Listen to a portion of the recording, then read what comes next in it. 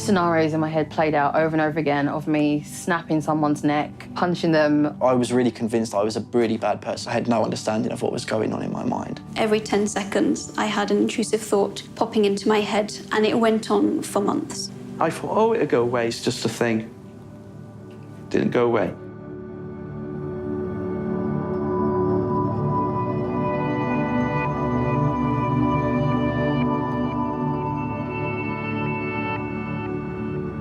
I'm Alison, and I've had Puro and OCD for 16 years.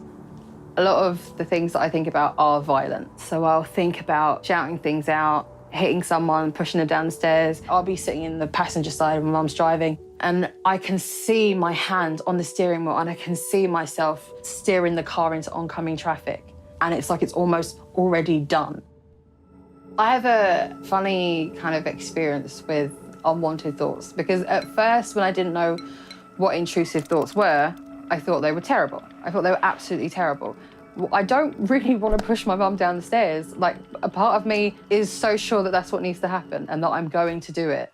A lot of people would be shocked with the way that I sometimes talk to my mum. I'll say to her, I really want to push you downstairs. I really want to hit you. I really want to snap your neck. And she's like, oh, that's interesting. Oh, that's good. Oh, that's okay. Cool, nice. Anyway, what's for dinner? What are you cooking? Da, da, da. I know she's really tired of it. Sometimes she'll play along.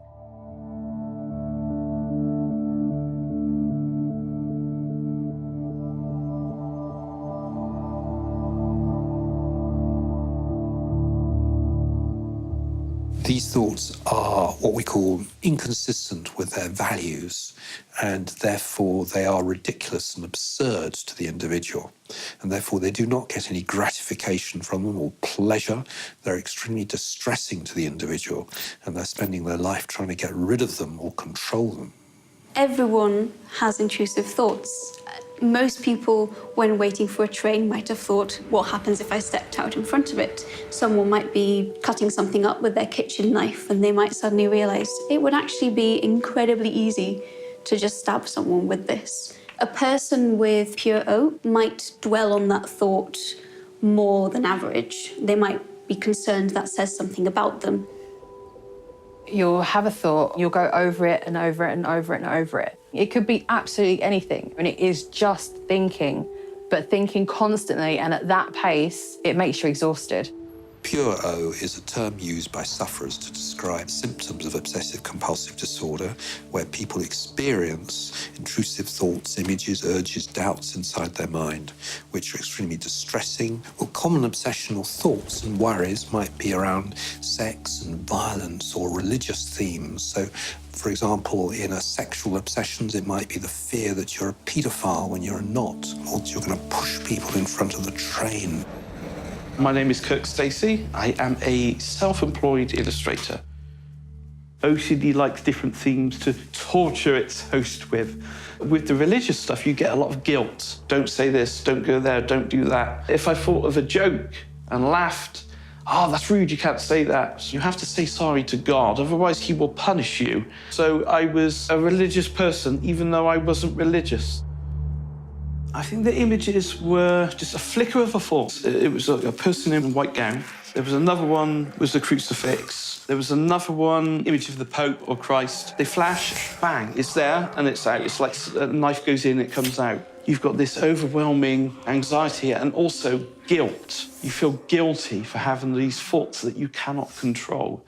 I felt that that was the torture I deserved for having a thought in the first place. So you're trapped in this cycle. The point being, it's not your fault, and there are lots of things that then shape you during childhood and adolescence, but there is nearly always various triggers or things that are associated with the onset. Not always, but quite often. My name's Nathan, I'm 24 and I'm from Hertfordshire. I think what happened when I was about 11, my nan died. I became so worried that I would lose my mum that I had these obsessive thoughts about her dying, and I remember I would just constantly ask her if she was okay. She got really irritated because I was just asking her too much. Like, nobody wants to be asked the same question again and again and again. The thought of my mum dying terrified me, so I had no understanding of what was going on in my mind. I eventually began to realise that there was something a bit weird about the way I was thinking. Obviously, at the time that I never knew what OCD was, I didn't associate that with OCD. That's only something that I've recently realised. It was there at quite a young age. Been there a lot longer than I thought it was. My history goes back 25 years. The trigger for me, secondary school, was myself and a few friends who went to the local newsagent to get some snacks. And I saw one of my friends, as he walked in, grab some pick and mix and shoved it in his pocket. And I thought, that's how easy it is. Well, I'll have a crack and I can show off to my friends. As I came out, hey guys, look what I've got. The store detective was walking in the shop and she heard it. Did you steal those? I was marched in the shop. And I think he said, well, this is really bad. The police are going to go to your house, have a word with your parents. They may have to go to your school. And it just weighed on me with all these threats. And I thought then, my mates had probably just spread it like wildfire. As a result, I became kind of school phobic. The more they try to push you against that fear, the more it affects you. It's really, really a sad time that one incident could create such a traumatic effect. The area I live in, super quiet, nothing happens, but I just feel like someone's going to jump out. Everyone is a danger. Everyone is violent. Everyone could kill me. I might hurt somebody else if they attack me. That's kind of my big thing at the moment, is that every second I'm calculating what's a weapon that I can use to protect myself with. I last left the house Christmas Eve, so from Christmas Eve until 12th of January, but it's not felt strange, it's just felt safe. I really hate the beginning of the year because I think, wow, it's another year that I've not changed or I've not progressed. Other people are doing it, so why am I still here struggling? Yeah, the first time seeing my GP, I said, I thought I was going blind. And then for some reason I convinced myself that I was developing schizophrenia, which my uncle has schizophrenia, so a kind of genuine worry, if you will, that didn't pluck itself out of nowhere. Like I had a reason. There was kind of some substance, I guess, to that obsession. I literally would just stay in the bed with the laptop for 2 weeks. There's no use trying. My parents would try and get me up and things. I just kind of have to be left alone. I'm not gonna be able to function. You just kind of have to leave me. But they were just worried. They were kind of realising there was something wrong. What healthy people without OCD experience are exactly the same content as the intrusive thoughts that occur in OCD. The content is the same, but the problem in pure O is the meaning that you attach to them. Perhaps thinking these things means that I might act upon them, or that I'm immoral for having these thoughts, or the way that you respond to them, control them, or avoid them, or suppress them. All these things feed the obsession. 2003, I had a really bad ear infection. It just felt like someone was sticking a red-hot needle in there. I was diagnosed with a cholesteatoma, which is like a tumour, and inside it destroys the inside of the ear, and left untreated, it can invade the brain and cause meningitis, that kind of stuff. And they arranged an operation, but we have to be careful not to hit the facial nerve, otherwise the side of your face would drop. I thought, well, I'll put the operation on hold because I didn't like the idea of going into hospital and being knocked out. And that became a silly little fear, and it grew. You're dead, you're a dead man. The cholesteatoma now has spread to the other ear.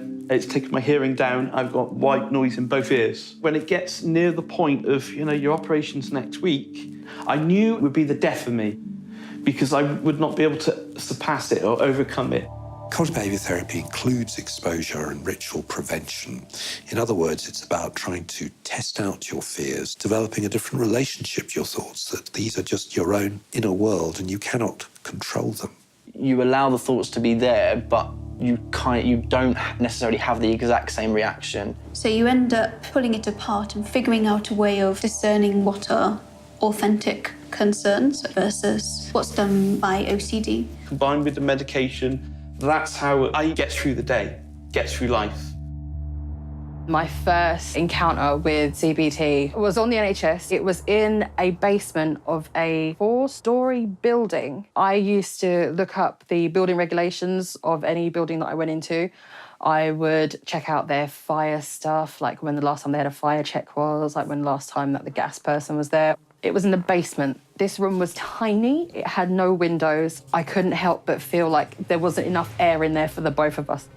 He had a shirt that didn't fit, that bothered me. His hair was not combed, that bothered me. He was like really red-faced. There were far too many things for me to think about to actually credit that person that was in front of me. I had no respect for him whatsoever.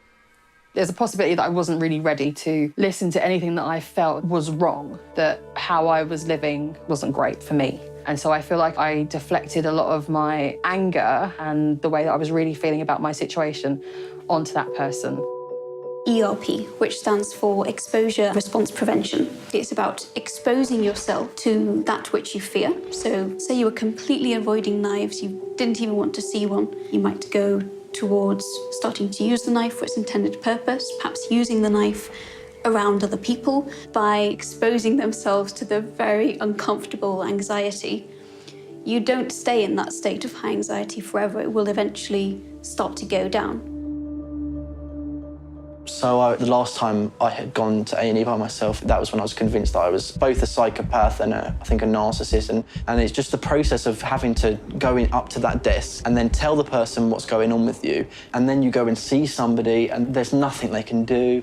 Their only concern is to work out whether or not you're either a danger to yourself or to the public. And if you're not, and then they send you off on your own as well, which is a really quite horrible experience. I kind of feel like they should have specific sections in A&E departments for mental health issues, which I'm sure they probably do at some hospitals, but never one that I've been to.